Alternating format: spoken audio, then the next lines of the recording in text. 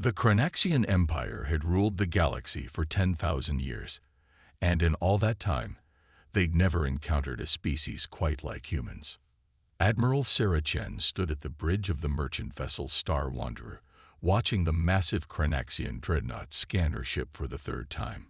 To any observer, the Star Wanderer appeared to be exactly what it claimed: a simple cargo hauler carrying processed minerals from the Mars colonies.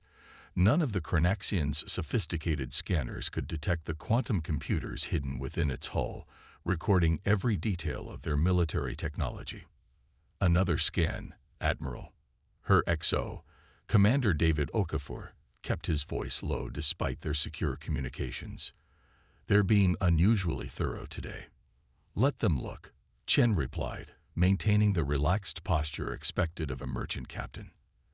Every scan tells us more about their detection capabilities. She'd spent 15 years playing this role, commanding what appeared to be one of Earth's primitive trading vessels, while gathering intelligence on the galaxy's dominant power. Humanity had learned early on that appearing weak was their greatest strength. When they'd first achieved faster-than-light travel 50 years ago, they'd discovered a galaxy dominated by the Cranaxians, a species that conquered any civilization they deemed a potential threat. So Earth's leaders had made an unprecedented decision. They would hide their true capabilities and present themselves as simple traders, too primitive to be worth conquering. The deception had worked perfectly.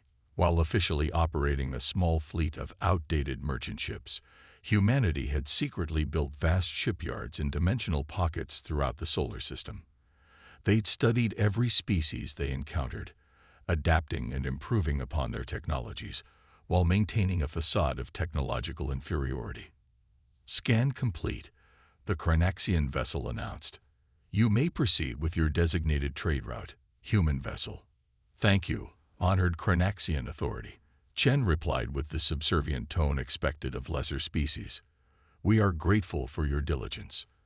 As the dreadnought moved away, Chen's communication officer, Lieutenant Maya Patel, suddenly stiffened. Admiral, she whispered, I'm picking up something unusual on the quantum interceptors. It's a low-band transmission, heavily encrypted. Chen moved to Maya's station, her carefully maintained merchant captain persona dropping away. Show me. The data streaming across the quantum display made her blood run cold. The transmission contained detailed attack plans. The Cranaxians were preparing for a massive military operation, and their target was unmistakable. They're planning to attack Earth, Chen said, her voice tight with controlled anger. They've discovered something that made them consider us a threat. Commander Okafor pulled up additional data. Multiple battle groups are being assembled. They're planning to hit every human colony simultaneously. But why now? What changed? The answer came buried deep in the transmission. One of their deep space research outposts had detected unusual energy signatures from Jupiter's orbit, signatures that could only come from advanced military technology. Their facade was cracking. Send an emergency quantum burst to Fleet Command, Chen ordered. Authorization, Chen Alpha 79. The Cranaxians are coming, and they know we're not what we appear to be. As Maya encoded the transmission, Chen studied the tactical display. The Cranaxians had no idea that their supposedly primitive scan of the Star Wanderer had been thoroughly penetrated, revealing the positions of their entire battle fleet. They didn't know that humanity's quantum computers could crack their unbreakable encryption in seconds. And most importantly, they had no idea that every human merchant ship like the Star Wanderer could transform into a fully armed warship in moments. Orders received from Fleet Command, Maya announced. Operation Ghost Dawn is now active. Chen allowed herself a grim smile. For 50 years, humanity had prepared for this moment, building ships in secret, developing technologies that combined the best innovations of a dozen alien species with human ingenuity. They had learned from history, both their own and that of countless conquered civilizations, that appearing harmless was often the best defense, but they had also learned to be ready for the day when that deception would end. Send the activation signal to the quantum core, Chen commanded. and get me a direct channel to all human ships in the sector. The Star Wanderer's hull began to shimmer as hidden metamaterials activated. Panels shifted, revealing weapon ports and engine arrays that had been mathematically impossible to detect. The bridge expanded as holographic controls sprang to life, transforming from a simple merchant vessel's cockpit into a state-of-the-art combat command center. "Channel open, Admiral," Maya reported. Chen took a deep breath, knowing her next words would end 50 years of hiding. "To all Earth vessels, the deception is over. Execute Ghost Dawn protocols. Show them who we really are." Across the sector, dozens of innocent-looking merchant ships underwent the same transformation. Humanity had hidden in plain sight, learning and preparing, and now they would show the galaxy why that had been a mistake for their enemies. The war for Earth's survival was about to begin, and the Chronaxians were about to learn that they weren't the only species capable of conquest. The Chronaxian battle fleet emerged from hyperspace in perfect attack formation, their 2,000 warships arranged in the legendary Spear of Conquest pattern that had heralded the doom of countless civilizations. Admiral Crix stood on his command deck, mandibles clicking in anticipation of an easy victory. "Status of the human defenses," he demanded, expecting reports of panic and disarray. "My lord, we detect only minimal orbital installations around their homeworld," his sensor officer reported. "Their planetary defense grid appears primitive. No significant military vessels detected." Crix felt a surge of disappointment. He had hoped the humans would present at least some challenge. The energy signatures detected near Jupiter had clearly been a malfunction in their sensors. These humans were exactly what they appeared to be: primitive traders barely worth the effort to conquer. "Begin the standard conquest protocol," he ordered. "Target their major population centers first. Let's make this quick." His words cut off as new contacts suddenly appeared on their tactical displays. Not dozens, not hundreds, but thousands of ships, materializing from what had appeared to be empty space around Jupiter, Saturn, and Mars. The vessels were unlike anything in the Chronaxian database, sleek, dark shapes that seemed to absorb both light and sensor scans. "Impossible," Crix roared. "Where did they?" The human fleet moved with impossible coordination. They didn't adopt any known combat formation. Instead, they flowed like water, splitting into smaller groups that wound through the gaps in the Chronaxian formation. "My lord, we're detecting energy signatures we've never seen before," his science officer reported, her voice trembling. "They're using technologies from multiple species, but modified, integrated in ways that shouldn't be possible." On the bridge of the ETS Vindication, Admiral Chen watched the Chronaxian fleet's confusion with grim satisfaction. "All ships, execute Battle Plan Theta. Show them what we've learned from watching their wars." The human fleet sprang into action. Smaller vessels darted between the massive Chronaxian warships, their weapons combining Tellarite plasma technology with Arxer graviton manipulation in ways neither species had ever imagined. Larger human battleships unveiled weapon systems that turned the Chronaxians' own shield harmonics against them. "They're using our own tactical protocols," Crix realized with growing horror, "but countering them in ways we never considered." The truth dawned on him too late. Every human trade ship that had visited their worlds, every diplomatic mission they'd dismissed as primitive attempts at commerce, they had all been gathering intelligence, studying weaknesses, learning how the Chronaxians fought and how to defeat them. Earth's orbital defense platforms, previously dismissed as primitive, suddenly activated quantum phage, shields far beyond anything the Chronaxians possessed. The supposedly weak human colonies revealed massive defense systems hidden beneath their surfaces. "My lord," his tactical officer called out, "their ships are using modified versions of Chronaxian technology, but they somehow eliminated all the weaknesses in our designs. They're combining our weapons with Tellarite defense systems and Arxer power generation methods. It's like they took everything they learned from every species and made it better." Crix finished, watching as another squadron of his ships fell to the humans' impossible tactics. On the Vindication, Chen coordinated the battle with cold efficiency. "Launch the AI-guided interceptors," she ordered. "Let's show them another thing they never considered, letting computers help fight our battles."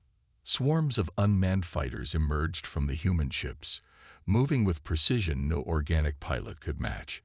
They darted through the Chronaxian formation, exploiting weaknesses in their enemies' shield geometries that only machine learning algorithms could have discovered. "Admiral," Commander Okafor reported, "the Chronaxians are attempting to adapt their tactics. They're falling back on their secondary battle protocols." Chen smiled. "Exactly as expected. Execute Phase 2. The human fleet's formation shifted again, but this time it wasn't just a tactical move. The ships began physically transforming, metamaterials allowing them to change their entire configuration in seconds. Weapons that had been optimized to counter the Chronaxians' primary tactics reconfigured to exploit their secondary strategies. "Send the message," Chen ordered. "Let's make sure everyone in the galaxy sees this." Maya transmitted the carefully prepared broadcast on all frequencies, allowing every species in range to witness humanity's true power. The message was clear. The era of Chronaxian dominance was over. The battle lasted less than an hour. When it was done, the mighty Chronaxian fleet was in ruins, its survivors retreating in disarray. But Chen knew this was just the beginning. The galaxy's power structure had been irrevocably changed, and humanity had revealed itself as a force unlike anything the stars had seen before. "Send word to Earth," she ordered. "First phase successful. But tell them to be ready. The real war is just beginning. The other species will have to choose sides now, and not all of them will be happy to see a new power emerge." As she watched the remains of the Chronaxian fleet flee, Chen reflected on how humanity's greatest weapons hadn't been their advanced technology or hidden fleets. It had been their patience, their ability to learn from others, and their talent for turning their enemies' strengths against them. The galaxy was about to learn why humans had spent so long watching and waiting. The age of deception was over. The age of humanity had begun. The Chronaxian High Command had never faced an enemy like humanity. 3 months into the war, their military doctrine, unchanged for millennia, was falling apart. General Varric stood before the High Command Council, his scales pale with exhaustion. "The humans, they don't fight like any species we've encountered. They adapt faster than we can develop new strategies. And worse, they're using methods we never considered viable." The tactical display showed the latest human victory. A battle where a single Earth vessel had decimated an entire Chronaxian battle group.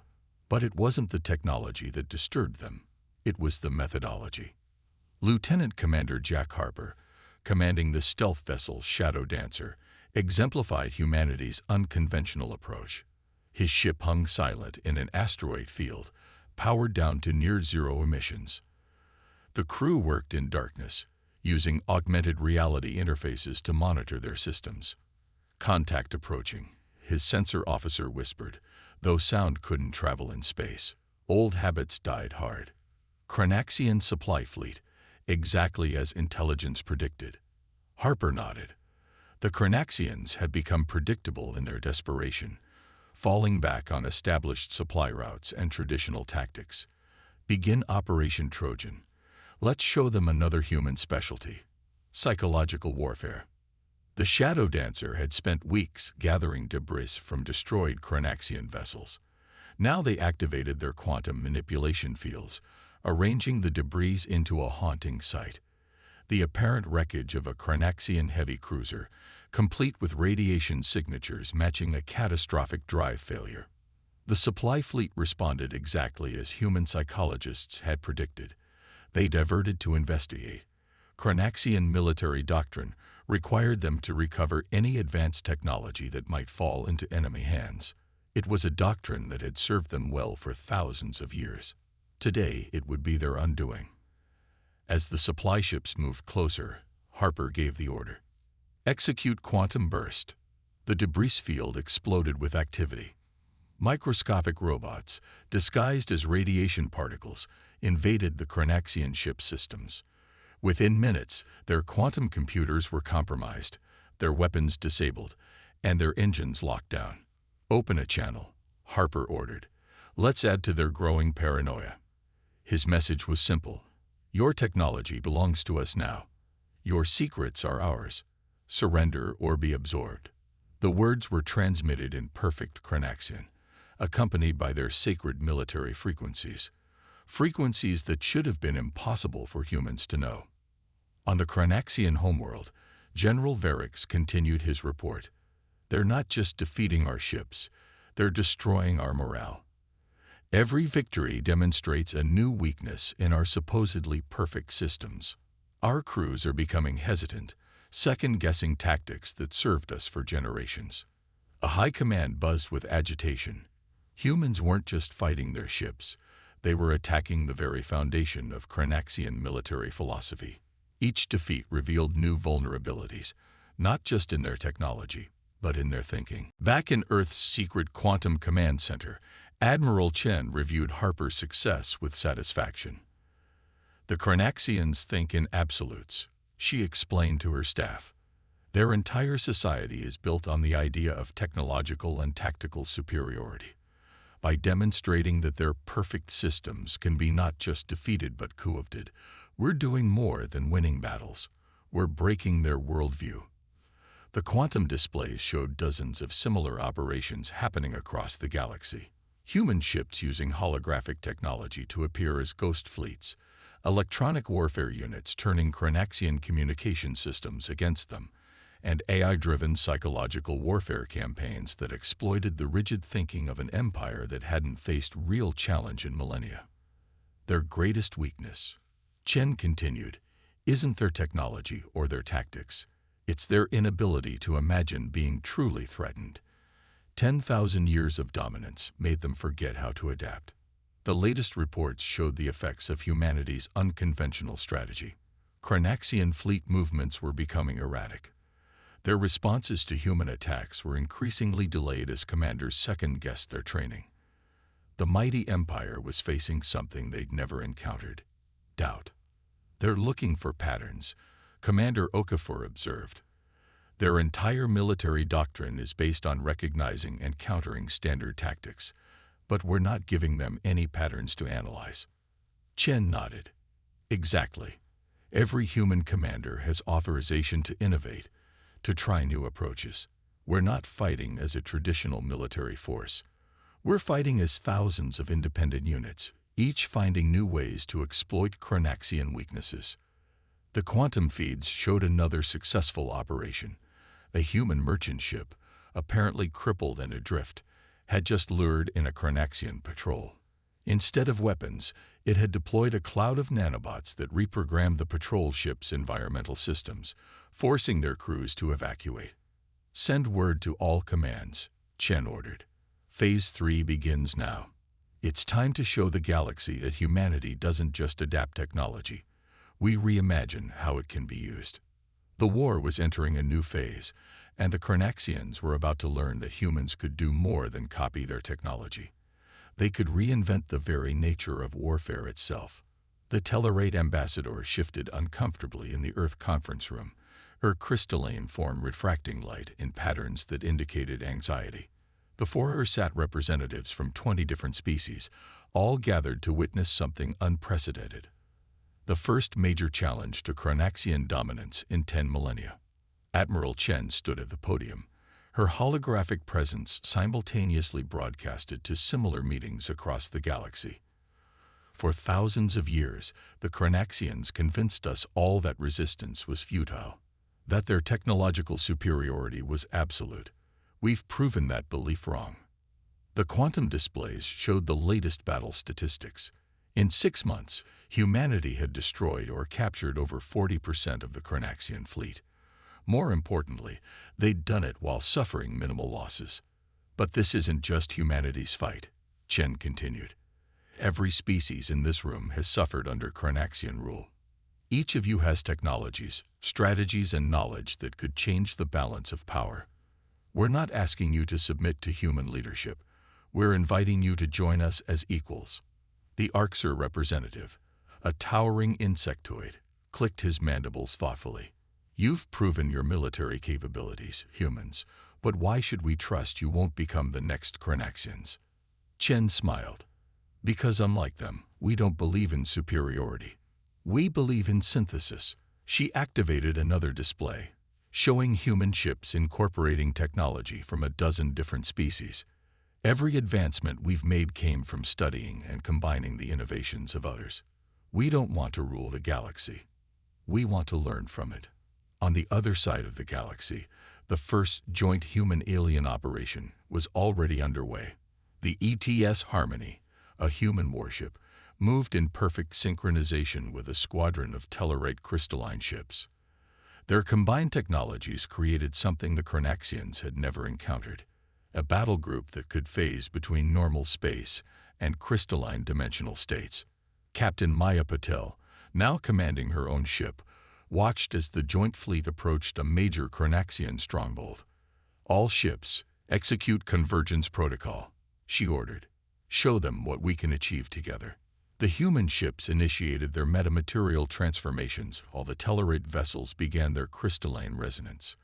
The technologies merged in ways neither species had imagined possible before their alliance. Energy fields harmonized, creating a cascading effect that turned the entire battle group into a quantum crystalline matrix. In the Earth conference room, Chen continued her presentation. The Chronaxians maintained power by keeping us divided, making each species believe they were alone in their inability to resist. But look at what we've already achieved in 6 months of cooperation. The displays showed more joint operations. Human AI systems merged with Arxer biological computers, creating hybrid networks that could outthink any Chronaxian battle computer. Volchek energy weapons combined with human quantum fields, producing weapons that could bypass any known defense. We've already received requests from 6 more species wanting to join our alliance, Commander Okafor reported quietly to Chen. The Chronaxian Empire is starting to fracture. Some of their own colony worlds are considering defection. The Tellarite ambassador rose, her crystalline form glowing with decision. The Tellarite consciousness votes to join the alliance. Our technology is yours to adapt, as yours is ours to learn from. One by one, other representatives stood. The Arxer pledged their biological technology. The Volchek offered their energy manipulation expertise. Even the mysterious quantum collective, which had remained neutral for millennia, signaled their support. Back at the battle, Maya watched as the combined human Tellarite fleet demonstrated the power of cooperation. The Chronaxian defenders, faced with technology they couldn't understand, fought with increasing desperation. They never imagined we could work together like this, Maya's Tellarite second-in-command observed. Their entire strategy was based on keeping us afraid of each other. Maya nodded. That's why they'll lose. They built an empire on fear and isolation. We're building an alliance on cooperation and mutual growth.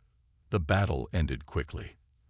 The Chronaxian stronghold, designed to resist any known form of attack, had no defense against the combined human Tellarite assault. As the dust settled, Maya sent a message to Earth. Operation Unity successful. The alliance works. In the conference room, Chen concluded her presentation. The galaxy is changing. The age of isolation and fear is ending. Together, we can build something new, not an empire, but a true coalition of equals. The room erupted in agreement. Species that had never cooperated before began discussing joint ventures, shared research, combined fleet operations. The Chronaxians' greatest weapon, the fear that kept the galaxy's species apart, was crumbling. Send word to all commands, Chen ordered quietly. Operation Unity is now live. It's time to show the Chronaxians that the galaxy isn't just fighting back. It's evolving beyond their ability to control. The war was entering its final phase, and the Chronaxians were about to learn that the power of unity was greater than any weapon they had ever built. The Chronaxian homeworld loomed before the combined fleet of the Galactic Alliance. 10,000 years of empire had led to this moment. Admiral Chen stood on the bridge of the Vindication, now upgraded with technology from a dozen species, watching as the largest fleet ever assembled in galactic history prepared for the final battle. "Status of the Chronaxian forces?" she asked, though the quantum displays already told the story. "They've recalled everything they have left," Commander Okafor reported. 7,000 ships. Their entire remaining fleet. He paused. "They're arranging themselves in the formation of final glory." Chen nodded grimly. The Chronaxians had only used this formation twice in their history, when facing extinction-level threats to their species. It was a suicide formation, designed to take as many enemies with them as possible. "Open a channel to all Alliance ships," she ordered. The quantum network connected human vessels with Tellarite crystalline ships, Arxer biological cruisers, and vessels from 20 other species. "This is Admiral Chen. The Chronaxians expect us to destroy them today. They believe their only choice is victory or extinction, because that's how they've treated others for millennia." She paused, watching the enemy fleet's desperate preparations. "But we're not them. Today, we show the galaxy a different way to end a war. Execute Operation Redemption." The Alliance fleet split into its component parts, each species' ships moving to predetermined positions. The humans took the lead, their vessels transforming into configurations the Chronaxians had never seen. The Tellarite ships formed crystalline matrices around them, while Arxer vessels extended biological energy fields that linked the entire fleet into a single organism. On the Chronaxian flagship, High Admiral Krell watched with a mixture of fear and resignation. "So this is how our empire ends," he muttered. "At least we die with honor." His words cut off as the Alliance fleet did something unexpected. Instead of attacking, the ships began generating a massive, combined energy field. Human quantum technology merged with Tellarite crystal matrices and Arxer biological fields, creating a containment sphere around the entire Chronaxian fleet. "What is this?" Krell demanded. "What are they doing?" The answer came in the form of a transmission from the Vindication. Admiral Chen's hologram appeared on his bridge. "High Admiral Krell. You expect us to destroy you because that's what you would do in our position. But humanity learned something important during our years of hiding. True strength isn't about destruction." The containment sphere tightened, not crushing the Chronaxian ships but holding them immobile. "Your empire is over," Chen continued. "But your species doesn't have to end. We're offering you a choice. Continue this battle and ensure mutual destruction, or join the Alliance as equals." Krell's mandibles clicked in confusion. "Join as equals? After everything we've done?" "The Alliance isn't built on vengeance," Chen replied. "It's built on the idea that every species has something to contribute, even yours. Your tactical knowledge, your technology, your experience, all of it could be used to help build something better than an empire." Around the containment sphere, more Alliance ships arrived. Hospital ships, diplomatic vessels, and engineering crews from dozens of species, all prepared not for destruction, but for integration. "You've lost your empire," Chen said. "But you haven't lost your future. Make your choice, High Admiral." Hours later, Chen stood in the Alliance Council chamber, watching as the Chronaxian delegation signed the Treaty of Unity. Their once mighty empire was transforming into a member state of the Alliance, their military knowledge being repurposed for exploration and defense rather than conquest. "They're adapting better than expected," Maya noted, now serving as Chen's chief diplomat. "It seems even the Chronaxians can change when given the chance." "Because we offered them something their empire never could," Chen replied. "The chance to be part of something greater than themselves. Not rulers, but contributors. Not conquerors, but collaborators."